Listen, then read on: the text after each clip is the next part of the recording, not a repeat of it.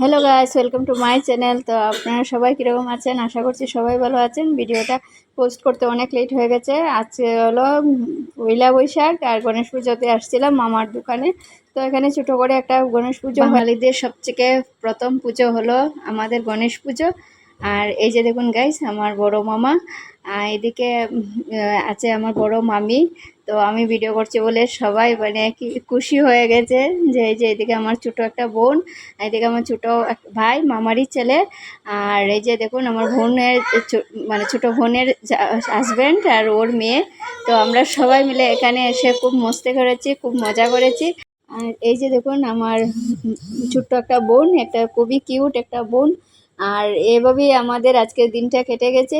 তো গাইস, আমার ভিডিওটা কীরকম লেগেছে আশা করছি একটা ছোট্ট মিনি ব্লগের মাধ্যমে আমি সব কিছু আপনাদেরকে বলে দিলাম কি করলাম কি না।